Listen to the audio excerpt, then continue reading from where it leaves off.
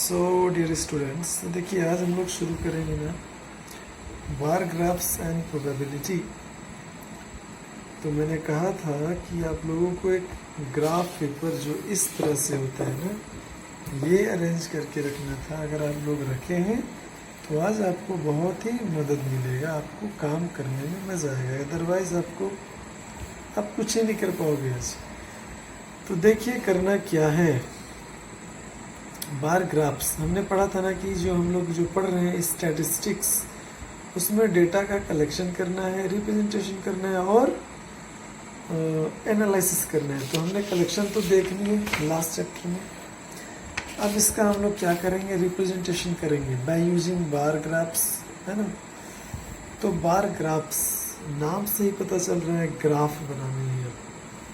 तो आप ग्राफ तो देखे होंगे न्यूज़पेपर में, टीवी चैनल्स में, न्यूज़ चैनल्स में आपको दिखाता होगा ना कैसे बार बना, ये ग्राफ कैसा होता है। कहता है ग्राफ गिर रहा है, कहता है ग्राफ चढ़ रहा है।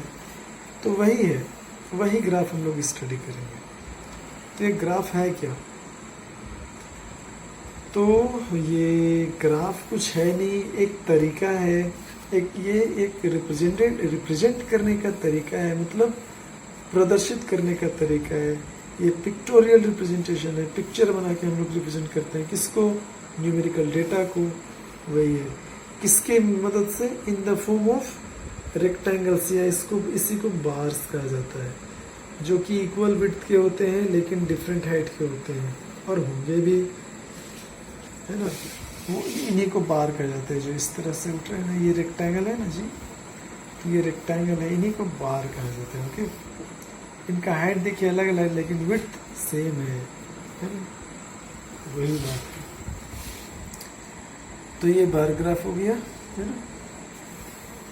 तो अब अगर आपसे पूछा जाएगा कि बार ग्राफ होता क्या है, तो आपको कुछ करना नहीं है, सीधे बोलना है बार ग्राफ, इसको कॉलम ग्राफ भी कहा जाता है, is a pictorial representation of numerical data in the form of rectangles or bars of equal width but different height। ठीक है,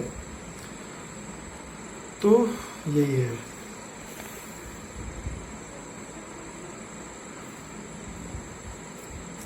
तो बार ग्राफ या कॉलम ग्राफ आप दोनों तरीके से बना सकते हैं, या तो ये वर्टिकली होगा या हॉरिजॉन्टली। ओके, लेकिन चीजें ध्यान रखनी है, कुछ बातें आपको, कि keeping equal space between them, इनके बीच का जो स्पेस होगा वो भी इक्वल होगा, और इनका जो विड्थ होगा ना, बार का विड्थ, इनकी जो चौड़ाई वो भी सेम होगी। ऐसा नहीं कि किसी का ज़्यादा किसी का कम। ओके, तो चलिए अब शुरू किया जाए कि इसको बनाते कैसे, methods of constructing a bar graph. तो सबसे पहले तो आपको मस्ट ही है, वो है ग्राफ पेपर लेना। ये होगा तभी काम आपका होगा, और पेंसिल शार्प होनी चाहिए, आपके पास स्केल होनी चाहिए, है ना, तब इरेजर, ये सारे। तो देखिए आपको करना क्या है, सबसे पहले ग्राफ पेपर लेना है। फिर ग्राफ लेने के बाद आपको कुछ नहीं करना, थोड़ा सा क्या करना है, दो लाइन खींचनी है इस तरह से, देख रहे हैं, एक ऐसा हॉरिजॉन्टल और वर्टिकल, टॉप टू बॉटम, और एक लेफ्ट टू राइट या नॉर्थ टू साउथ खींचनी है। और इसका नाम देना है, देखिए ये 0 है। ओके, तो 0 टू x, 0 टू y, ऐसे दो लाइन्स आपको खींचनी है। कहाँ? ग्राफ में। ठीक है, एंड देन उसके बाद क्या कीजिए आप, इसको प्लॉटिंग करना कहते हैं। इस तरह से क्या करना? प्लॉटिंग करना कहते हैं, मतलब नंबर रखते हैं। लेकिन नंबर रखने में आपको सावधानी बरतनी है। ये जो इंटरवल होगा ना, मतलब जो अंतराल होगा, जो गैप होगा, वो सेम होगा। देखिए 0 to 10, 10 to 20, 20 to 30, to 40, to 50, means आप देख रहे हैं इनमें 10 का गैप है ना। तो ये चीज़ों को भी ध्यान में रखनी है। दूसरा देखिए, गैप हमेशा सेम होगा, चाहे वो बार के बीच में हो या नंबर्स के बीच में, और इनकी विड्थ भी आपस में सेम होगी सभी की। तो इन सभी चीज़ों को आपको ध्यान में रखना है तब जाके बनेगा। इसमें कुछ फॉर्मूले आपको नहीं लगाने हैं, जो होगा आपकी सफाई, आप कितने साफ और सुंदर बनाते हैं ना, उसी के मार्क्स मिलेंगे आपको। और इस नियम को कितना फॉलो करते हैं, ये यहाँ से देखने में थोड़ा डिफिकल्ट लग रहा है, बट आपको ग्राफ में ये ईजी लगेगा। देख रहे हैं ना, इनमें से आपको इंटरवल रखना, गैप रखना, कोई डिफिकल्ट वर्क नहीं रह जाएगा। आप यहाँ पर 0 रखोगे, यहाँ 5, यहाँ 10, यहाँ 15, इस तरह से। देखिए मैंने किया हुआ है। तो करते के साथ हम लोग क्या करेंगे, क्वेश्चन भी देखेंगे बुक का, है ना, and that is question number 1 exercise 4.1 का। तो इसमें क्या है कि the marks obtained by Vidit in his half yearly examination out of 100 are given below. Vidit ने जो अर्धवार्षिक परीक्षा होती है उसमें कितने मार्क्स लाए वो यहाँ पर दिया हुआ है ना, Hindi, English, mathematics, science and social science. Then वो सब्जेक्ट है और ये मार्क्स ऑब्टेन्ड है। तो इनको क्या करना है, draw a bar graph to represent the above data. Okay, तो चलिए हम लोग चलते हैं। तो क्या किया मैंने, सबसे पहले देखिए एक 0 to x, एक 0 to x से बनाया इस तरह से लाइन, और 0 to y। देखिए अब जो मार्क्स होंगे ना, उन मार्क्स के लिए आपको ये वाली लाइनें पकड़नी है, ये y एक्सिस, ओके, और x एक्सिस पर आपको क्या रखने हैं, सब्जेक्ट्स के नेम। तो मैंने इसको सब्जेक्ट लिख के थोड़ा से इसमें अपनी ओर से डिजाइन भी कर दिया है, देखिए। और इधर आपको लिखना है मार्क्स ऑब्टेन्ड, ओके। अब जरा ध्यान दीजिएगा, यहाँ पर मार्क्स आपको ध्यान देना है कि मार्क्स कहाँ से कहाँ तक है। मिनिमम कितना है 78, और मैक्सिमम कितना है, ये 98 तक गया है, ओके।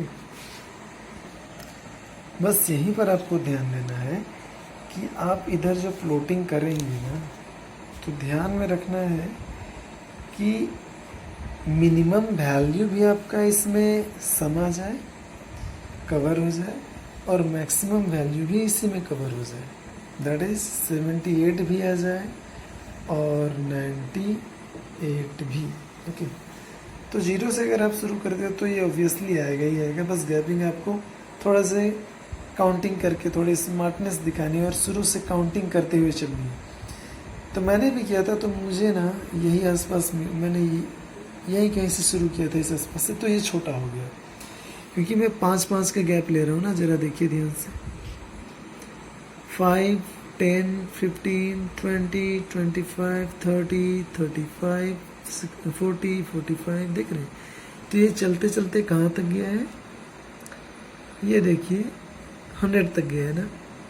तो इसमें तो सारे कवर हो जाएंगे, 90, 95, 98, 85 एंड 78। अब इसके आगे आपको ध्यान देनी है कि इधर सब्जेक्ट्स जो है ना, सब्जेक्ट्स के name, Hindi, English, mathematics, science, social science,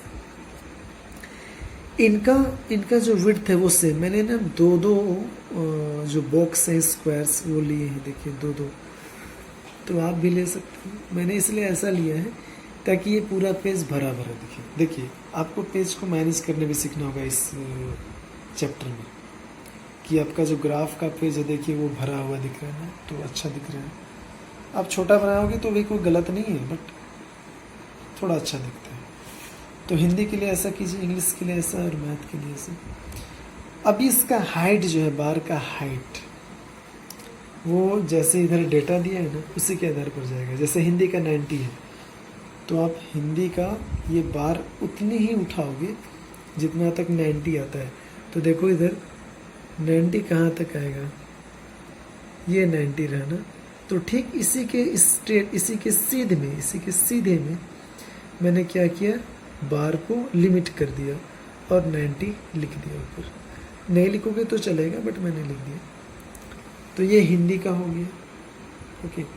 उसी तरह इंग्लिश का भी गया। इंग्लिश का कहाँ तक गया है, देखिए 95। तो आपको 95 तक उठाकर इसको छोड़ देना है, देखिए। इसी तरह मैंने मैथ के साइंस के और सोशल साइंस के सभी के किए और हो गया।